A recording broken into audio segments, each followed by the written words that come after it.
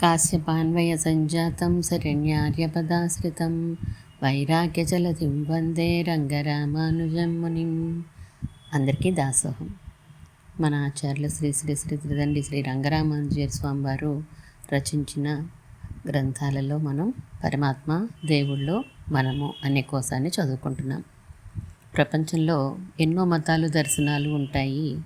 పైకి చూస్తూ ఉంటే అవన్నీ వాటి దృష్టి అంతా కూడా వాటి లక్ష్యం అంతా కూడా ఒకటే అన్నట్టుగా కనిపిస్తూ ఉంటాయి. కానీ భేదాలు చాలా ఉంటాయని, ఆ భేదాలని మనకి ఒక డిస్కషన్ రూపంలో పురుషోత్తం గారు, రఘురామయ్య గారు వీరందరి మధ్య డిస్కషన్ రూపంలో మనకి అందిస్తున్నారు మన ఆచార్యులు. ఉపనిషత్తులు ఎన్ని అనే క్వశ్చన్ వచ్చింది. ఉపనిషత్తులు జనరల్గా 108 అని అంటూ ఉంటారు. అంతకంటే ఎక్కువ ఉన్నాయని కూడా చెప్పేవారు ఉన్నారు. కానీ కామన్గా అందరూ అంగీకరించినవి 10 ఉపనిషత్తులు అని చెప్పారు. పురుషోత్తం గారు తెలియజేశారు. ఉపనిషత్ అంటే ఏంటి? ఉపనిషత్ అంటే సద్ అనే ధాతువు. దాన్ని బట్టి అజ్ఞానాన్ని నాశనం చేసేది, పరబ్రహ్మని పొందించేది, దుఃఖాన్ని నాశనం చేసేది ఉపనిషత్ అని చెప్పవచ్చు. అలాగే గురువుగారు శిష్యుడిని తన దగ్గర కూర్చోబెట్టుకొని శిష్యునికి చేసే ఉపదేశాలు అని కూడా ఇంకొక అర్థం ఉంది. ఉపనిషత్ అంటే బ్రహ్మ విద్యే.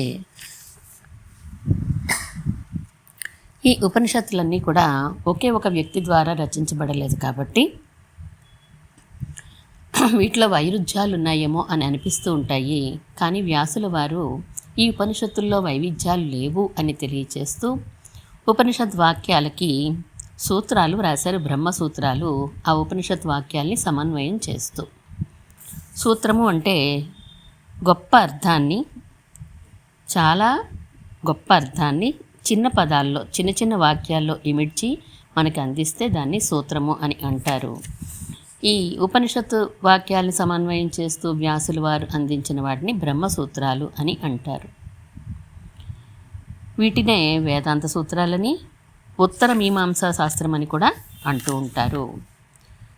సూత్రం చిన్నదిగా ఉంటుంది, అందులో ఉండే భావం చాలా ఎక్కువగా గొప్పగా ఉంటుంది. దాంట్లోంచి ఆ భావాన్ని మనం రాబట్టుకోగలిగితే, సరైన అర్థం మనం రాబట్టుకోగలిగితే వ్యాసుల వారి హృదయం ఏంటో మనకి తెలుస్తుంది. కానీ ఎవరికుండే జ్ఞానాన్ని బట్టి వారు అందులోంచి అర్థాలు తీసి ఇదే వ్యాసుల వారి అసలైన ఉద్దేశము, ఇదే వ్యాసుల వారి హృదయం అని అంటూ ఉంటే చాలా రకాల సమస్యలు వస్తూ ఉన్నాయి. ఉపనిషత్తులు, బ్రహ్మసూత్రాలు, భగవద్గీత ఈ 3 మనకి కలిపి ప్రస్థానత్రయం అంటారు అని చెప్పారు పురుషోత్తం గారు. బ్రహ్మసూత్రాలను వ్యాఖ్యానిస్తూ అనేక మంది వ్యాఖ్యానాలు రచించిన, అందులో అద్వైతం బోధించినటువంటి ఆచార్య శంకరాచార్యుల వారు వ్యాసుల వారు చెప్పింది అద్వైతమే అని అన్నారు. భగవద్ రామానుజుల వారు విశిష్టాద్వైతం అని అన్నారు. మధ్వాచార్యులు ద్వైతం అని అన్నారు. ఈ 3 దర్శనాలు మనకి ప్రధానమైనవి అని కూడా తెలియజేశారు. ప్రధానంగా ఈ 3 మనం చూసుకుంటే సరిపోతుంది.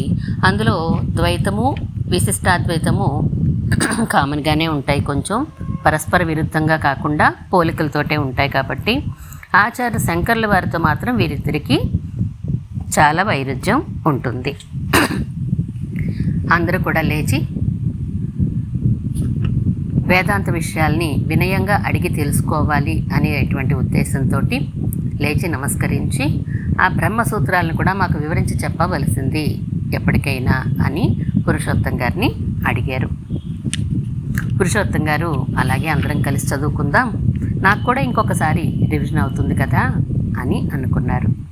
వ్యాసుని అభిప్రాయం ప్రకారం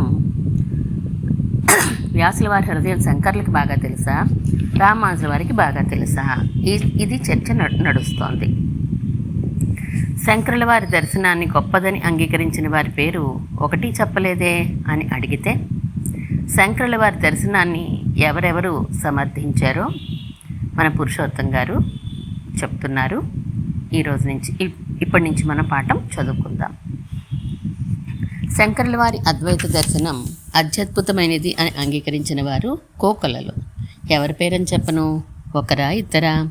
కొన్ని వేల మంది మేధావులు ఉన్నారు.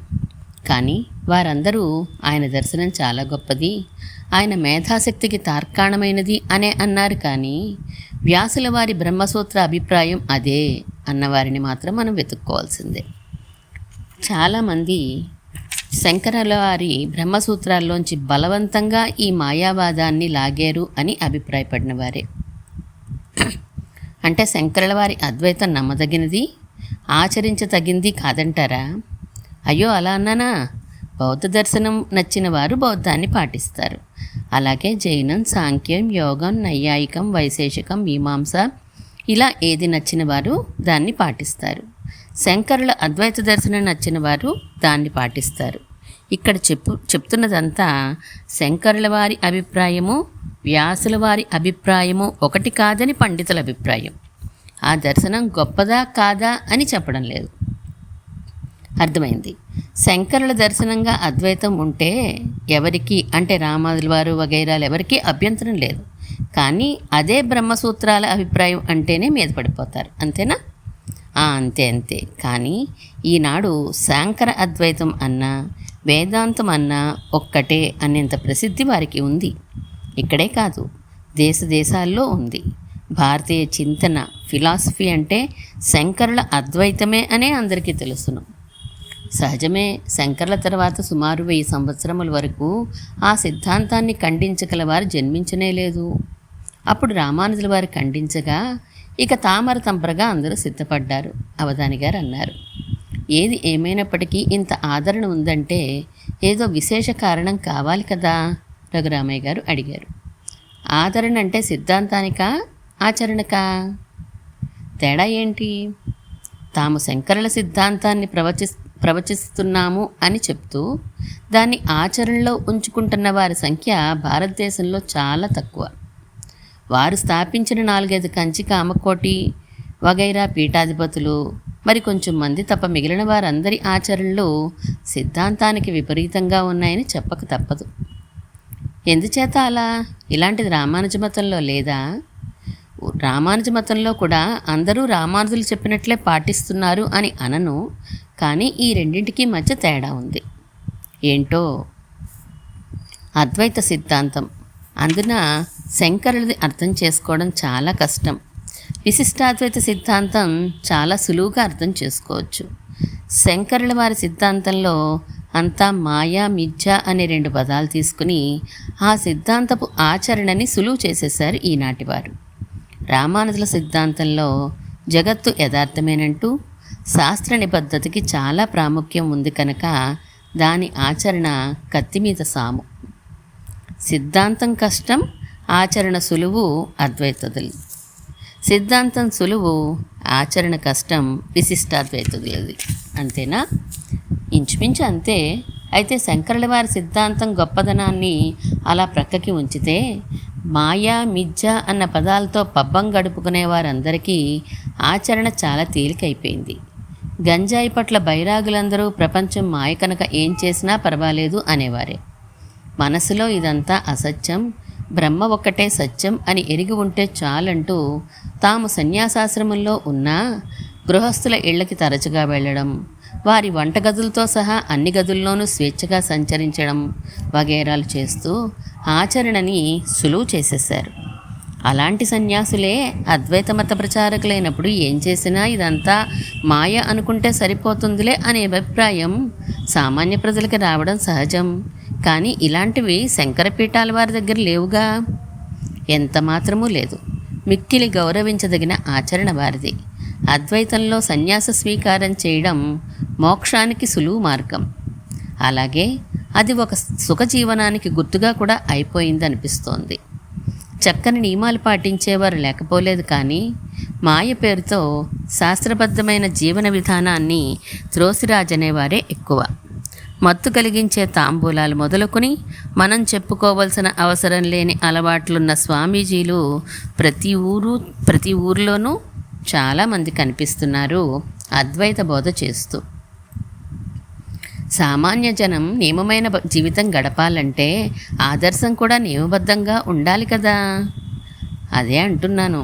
అందుకే శంకరుల వారి అద్వైతం దర్శనంగా గొప్పదే, అయినా ఆచరణలో సామాన్యుణ్ణి తప్పుదోవ పట్టించేవారు ఎక్కువైపోతున్నారు.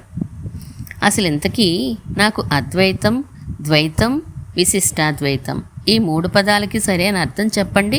సుమారుగా తెలుస్తోంది, కానీ స్పష్టంగా అవగాహన రాలేదు. ద్వే అంటే 2, తత్సంబంధమైనది ద్వైతం, అది కానిది అద్వైతం. అంటే 2 కానిది అద్వైతం. 2 కానిది అని ఎందుకు చెప్పాలి, ఒకటే అని చెప్పవచ్చు కదా. ఇది వివరించాలంటే కాస్త సిద్ధాంతం లోపలికి వెళ్లాల్సిందే. తాము చెప్పిన సిద్ధాంతమంతా పూర్తిగా ఉపనిషత్తులు లేదా వేదానికి అనుగుణమైనదే అంటారు ఆచార్యుల శంకరవారు. వేదంలో ఏ విషయాలుంటాయని మనం అనుకున్నాం ఇదివరకు, జ్ఞాపకం ఉందా? ప్రత్యక్షము, అనుమానము మొదలైన ప్రమాణాలకి అందని విషయాలు, అంటే అతీంద్రియ విషయాలుంటాయి అని మనం అనుకున్నాం. ఇప్పుడు మనం ప్రపంచాన్ని చూస్తున్నాం కదా, ఇది ప్రత్యక్షమే కదా. ఈ ప్రపంచం అంతటిలో అనేక వస్తువులు ఉన్నాయని కనిపిస్తోంది కదా, ఇదంతా సత్యమే కదా. మరి ఈ విషయాన్నే వేదం మరలా ఎందుకు చెప్తుంది? అందుచేత ఈ ప్రపంచం లేదని, ఇందులో అనేక వస్తువులు లేవని, ఇదంతా అసత్యమని చెప్పేదే వేదం అవుతుంది అని వారి ఆర్గ్యుమెంట్. ఓహో, భేదం కనిపిస్తోంది ప్రత్యక్షంలో, అదే విషయం మరలా శృతి ఎందుకు చెప్తుంది? చెప్పదు కనుక అభేదమే శృతి అభిప్రాయం అని నిర్ణయించారన్నమాట. కానీ శృతిలో భేదాన్ని చెప్పే వాక్యాలు కూడా ఉన్నాయే మరి. ప్రత్యక్షంగా కనిపించే విషయాన్ని అవి చెప్తున్నాయి కనుక అవి దుర్బలమైన శృతులు, అవి అంత ప్రమాణం కాదు. ప్రత్యక్ష విరుద్ధమైన అభేదాన్ని చెప్తున్న శృతివాక్యాలు మాత్రం అతీంద్రియ విషయాలు చెప్తున్నాయి కనుక అవే బలిష్టమైనవి, ప్రామాణికమైనవి అని నిర్ణయించారు. అంటే వేదాన్ని లేదా ఉపనిషత్తుల్ని 2 ముక్కలు చేసేశారు.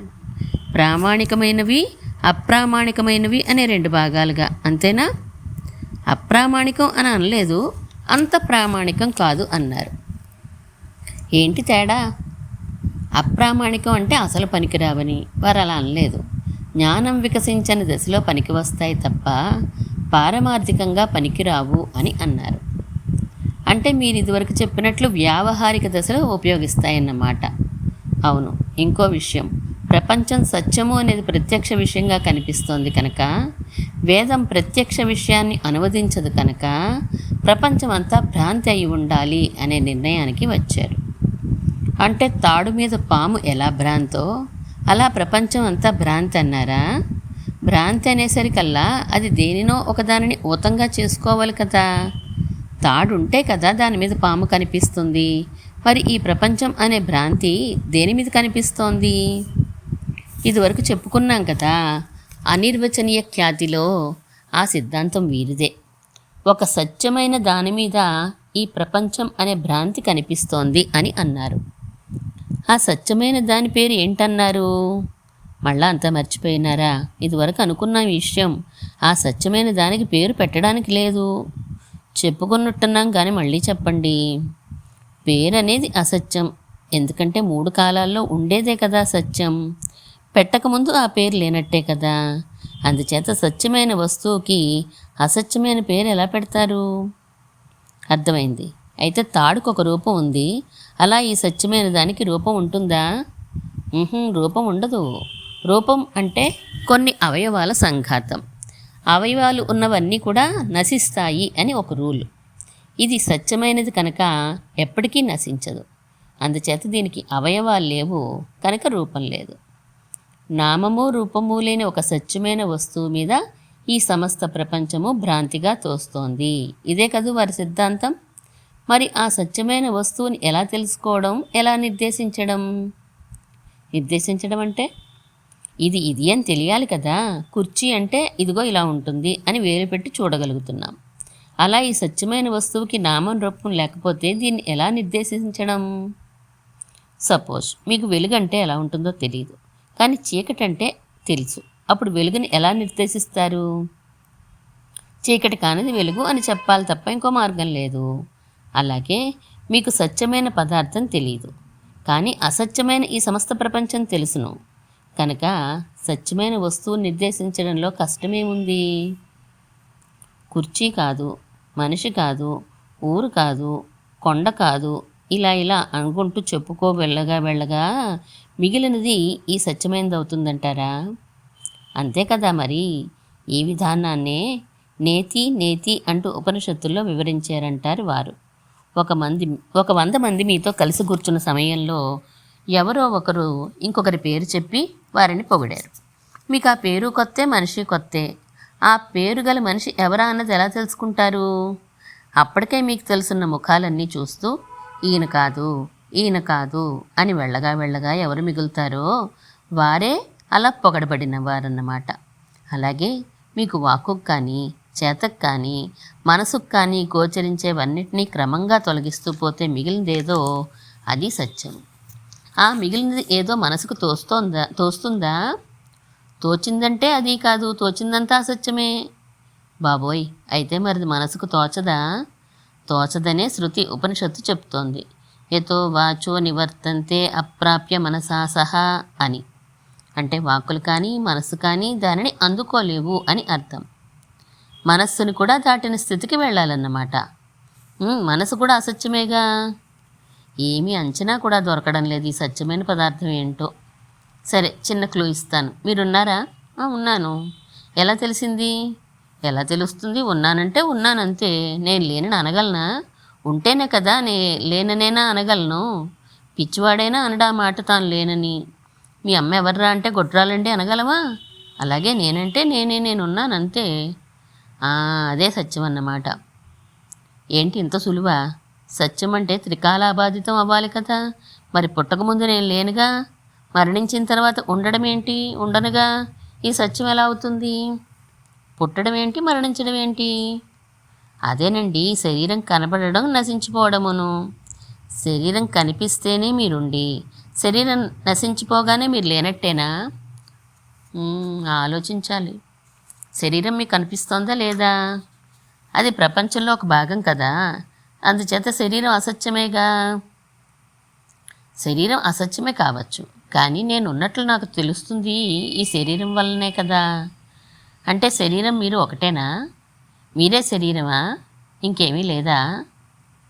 అవునని లేకుండా ఉన్నాను, కాదని లేకుండా ఉన్నాను. పెద్ద లోతుగా వెళ్ళదు కానీ సింపుల్గా అడుగుతాను. ఈ ఇల్లు ఎవరిది? ఈ కుర్చీలు ఎవరివి? నాదే ఇల్లు, నావే ఈ కుర్చీలు. మీదే ఇల్లు అంటే మీరు ఇల్లు ఒకటేనా? మీవే ఈ కుర్చీలంటే మీరు ఈ కుర్చీలు ఒకటేనా? కాదు. ఎందుకు అవుతుంది? నేను వేరు, ఇల్లు వేరు కనుకనే నాది ఇల్లు అని అంటున్నాను. ఇల్లు పడిపోయింది అనుకోండి, ఇంకా కట్టలేదనుకోండి, అప్పుడు నేను పడిపోయినాను, నేను ఇంకా కట్టబడలేదు అంటారా? ఎందుకంటాను? నా ఇల్లు పడిపోయింది, నా ఇల్లు కట్టబడలేదు అంటాను. అంటే ఇల్లు ఉన్నా లేకపోయినా మీరున్నట్టు ఒప్పుకుంటున్నారు కదా. అలాగే ఇప్పుడు చెప్పండి, నా చెయ్యి, నా కన్ను, నా కాలు అంటున్నారా లేదా? ఓహో, మీ ఆర్గ్యుమెంట్ అర్థమైంది. నా ఇల్లు, నా కుర్చీలాగే నా చెయ్యి, నా కాలు, నా మనస్సు అని వాడుతున్నాం కనుక నేను వేరు, ఇల్లు వేరు ఎలాగో అలాగే నేను వేరు, చెయ్యి వేరు, నేను వేరు, కాలు వేరు, నేను వేరు, మనస్సు వేరు, నేను ఇవేమీ కాదు. అంతేనా? అంతే. అంటే మీరు ఈ శరీరం కానప్పుడు శరీరం పుట్టడం పుట్టకపోవడంతో మీరు ఉండడానికి సంబంధం ఉందా? ఎలా శరీరం నేను కాదు ఒప్పుకున్నాను అంటే శరీరం వచ్చిపోతుందన్నమాట. ఎక్కడికి? నా మీదకి. అంటే నేను ఎప్పుడూ ఉన్నాను, ఈ శరీరమే వచ్చిపోతోంది. రైట్. కనుక నేను సత్యం, ఈ శరీరం అసత్యం. బాగుంది, అర్థమైంది. నేనే సత్యం, ఇంకెవరూ లేరు, ఏమీ లేదు, అంతా భ్రాంతి. అయ్యా, శంకర్ల వారు భలే రీజనబుల్గా నిరూపించారండి అన్నారు రఘురామయ్య గారు ఓ మారు చేతులెత్తి కనబడని శంకరుల వారికి నమస్కరిస్తూ. మళ్ళా ఆయనే అన్నారు, పురుషోత్తం గారు, ఇంత దృఢమైన ఆర్గ్యుమెంట్ని రామానుజుల వారు ఎలా కాదనగలిగారండి? ఎంత దృఢమైన బిల్డింగ్ అయినా పునాదిలో దెబ్బ తగిలితే కూలిపోవాల్సిందేగా. ఎలా ఎలా ఎలా చెప్పండి? శంకర్ల వారిది పూర్తి అవనివ్వండి, చెప్పుకుందాం. కాదు, ముందు చెప్పండి, చాలా ఆతృతగా ఉంది వినేయాలని. శంకరుల వారు చెప్పిన ఈ సిద్ధాంతానికి అసలు పునాది ఎక్కడుంది? చెప్తా, ఆగండి. వేదాలు, వేదవాక్యాలు. వినండి. ఉపనిషత్తులో వాక్యాలు 2 రకాలు ఉన్నట్టు కనిపిస్తున్నాయి. కొన్ని వాక్యాల్లో ఇన్ని వస్తువులు, వీటి మధ్య భేదము, భగవంతుడు వేరు, ప్రపంచం వేరు, జీవుడు వేరు. ఈ జీవుడు ఆ భగవంతుని చేరుకోవాలి, ఈ ప్రపంచాన్ని వదులుచుకోవాలి అని బోధిస్తున్నట్లుగా ఉంటుంది. మరికొన్ని వాక్యాల్లో ఇదంతా ఏమీ లేదు, సత్యమైనది ఒక్కటే ఉంది, మిగిలిందంతా అసత్యమే అన్నట్లుగా బోధిస్తున్నట్లుంటుంది. కరెక్ట్గా చెప్తున్నానా? చాలా బాగా చెప్తున్నారు. నేను చెప్పిన దాన్ని బాగా ఆలోచించి ఇంకా వివరంగా చెప్తున్నారు. ప్రొసీడ్. అలా ఉన్న 2 రకాల వాక్యాల్లో మనకందరికీ కనిపిస్తున్న ఈ ప్రపంచం కన్నా వేరుగా భగవంతుడు, జీవుడు వగైరా భావాలన్నీ ప్రత్యక్షములే కనుక ఆ శృతి వాక్యాలు అంత ప్రమాణం కావు. ఏమంటే అతీంద్రియ విషయాల్ని చెప్పేదే వేదం కనుక. ఇక మిగిలిన 2వ రకం వాక్యాల్లో ఇదంతా భ్రాంతి కలగడానికి ఏదో వస్తువు ఉండాలి కనుక అది సత్యం అని ప్రారంభించి నేనే సత్యం, మిగిలినదంతా అసత్యం, భ్రాంతి అని చెప్పుకోవచ్చారు మీరు. Very good. అంటే పునాది ఏమన్నమాట? ప్రత్యక్ష విషయాలను శృతి చెప్పదు కనుక భేదాన్ని ప్రతిపాదించిన వాక్యాలన్నీ అప్రామాణికము అని. అంతేనా? నేను అప్రామాణికం అంటే దెబ్బలాడారు, ఇప్పుడు మీరే అంటున్నారన్నమాట. పొరపాటు. అంత ప్రామాణికం కాదు అని కదా పునాది. శంకరుల వారి సిద్ధాంతానికి అక్కడ పట్టుకున్నారు రామానుజుల వారు. అయ్యా, శృతిలో కొండ లేదు, చెట్టు లేదు, కొండ లేదు అని కాదు చెప్పింది, ఈ జీవుడికి పరబ్రహ్మకి మధ్య సంబంధం ఏమిటో చెప్తోంది. ఇంకా ప్రకృతికి పరబ్రహ్మకి సంబంధం ఏమిటో చెప్తోంది. ఇవేమీ ప్రత్యక్షంగా తెలియవు కదా. అందుచేత శృతి ఇలా ప్రత్యక్షంగా తెలియని అతీంద్రియ విషయాలనే చెప్తోంది, కానీ మీరు చెప్పినట్లుగా ప్రత్యక్ష సిద్ధమైన భేదాన్ని ఎక్కువగా చెప్పలేదు. కనుక శృతిలో 2 విధాలైన వాక్యాలున్నాయని చెప్పి ఒక రకం వాటిని తీసేసి రెండవ దాన్నే పట్టుకుంటాం అనడానికి వీల్లేదు అన్నారు రామానుజీయులు. అబ్బా, గట్టి దెబ్బే. సరిగ్గా పునాదిలోనే అంతే. ఎప్పుడైతే 2 రకాలు లేవన్నారో ఇంకా ఒకదానికి ప్రాధాన్యం ఇచ్చి ఇంకొక దానికి అప్రాధాన్యత ఇవ్వడానికి వీలు లేదు కదా. దానితో సత్యం అసత్యం రెండింటినీ అంగీకరించాలి. తాడు పాముని రెండింటినీ ఒప్పుకోవడం సాధ్యం కాదుగా. పాముని భ్రాంతి అని, తాడుని సత్యమని వారు సర్ది చెప్పడానికి మూలం 2 రకాల వాక్యాలు. అది కొట్టేశారు కనుక రామానుజులు తాడు పాము 2 సత్యం అవ్వాలి, లేదా 2 భ్రాంతి అవ్వాలి. దాంతో ప్రపంచం మిథ్యా భ్రాంతి అన్నది గాలికి పోయింది. ఓహో, బాగుంది. కానీ మహామేధావులైన శంకరుల అనుయాయులు అంత సులువుగా దీనికి అంగీకరించారా? కంగు తిన్నారు, కానీ వదలలేదు. రామానుజీల్ని అడిగారు, అయ్యా, మీరు చెప్పినట్లు 2 రకాల వాక్యాలు లేవు అనుకుందాం మాట వరుసకి. అప్పుడు ఆ వాక్యాల మధ్య సమన్వయం ఉండాలి కదా. అలా కనిపించడం లేదే. ఉదాహరణకి శృతి ఒక చోట పరబ్రహ్మ సత్యకాముడు, సత్యసంకల్పుడు అని గుణాలున్న మాట చెప్తూనే నిర్గుణుడు, నిష్క్రియుడు అని చెప్తుంది. ఇది ఎలా కుదురుతుంది? గుణములు ఉండడం ఉండకపోవడం ఒకేసారి కుదరదు కదా. అందుచేత ఒకటి అబద్ధాలకి చెప్పింది, ఇంకొకటి నిజానికి చెప్పింది అవ్వాలి. ఇంకొంచెం వివరిస్తాను. వినీత్తో స్కూల్కి వెళ్ళొద్దు అని అన్నాననుకోండి, ఏదో ఒకటే నిజమవుతుంది, కానీ 2 నిజం కావుగా. అందుచేత శృతులలో 2 రకాలు చెప్పక తప్పదు కనుక ప్రపంచం భ్రాంతే అన్నారు శంకరుల అనుయాయులు. బాగానే ఉంది, కానీ అంత పటిష్టంగా ఉన్నట్లేదు. ఎందుకంటే హత్య చేస్తే ఉరిశిక్ష లేదా యావజ్జీవ కారాగార శిక్ష అని జనరల్గా రూల్ మాకు. తన ప్రాణాన్ని సంరక్షించుకోవాలని తప్పనిసరిగా చేసినప్పుడు ఆ నియమం వర్తించదే, వాడిని నిర్దోషిగా విడిచిపెడతాం. అందుచేత హత్య చేస్తే ఒక చోట విడిచిపెట్టేయాలని, ఇంకో చోట ఉరిశిక్ష వేయాలని ఉంది కనుక ఈ 2 పరస్పర విరుద్ధాలు. ఒక మాట అబద్ధాలకి చెప్పారు, ఇంకొకటి నిజానికి చెప్పారు అని ఉరిశిక్షే ఎల్లవేళలా వేస్తామంటే కుదురుతుందా? రైట్, సరిగ్గా చెప్పారు. వినీతని స్కూల్కి వెళ్ళొద్దు అంటే స్కూల్కి వెళ్తూ ప్రతిరోజు వర్షం వచ్చినప్పుడు మాత్రం వెళ్ళొద్దు అని అర్థం చేసుకోవాలి. ఒకటి సామాన్య వాక్యం, రెండోది విశేష వాక్యం. ఇలాగే వివరించి రామానుజీయులు ఎక్కడెక్కడ పరస్పర విరుద్ధాలుగా శృతివాక్యాలు కనిపిస్తున్నాయని శంకరులు అన్నారో అక్కడంతా సమన్వయం చేసి చూపారు. దానికి రామానుజుల వారిచ్చిన సమాధానం ఏమిటో తర్వాత తెలుసుకుందాం. శ్రీమన్ మహాభూతపురే శ్రీమత్ కేశవ ఈశ్వర కాంతిమత్యాం ప్రసూతాయ కీర్తిరాజాయ మంగళం.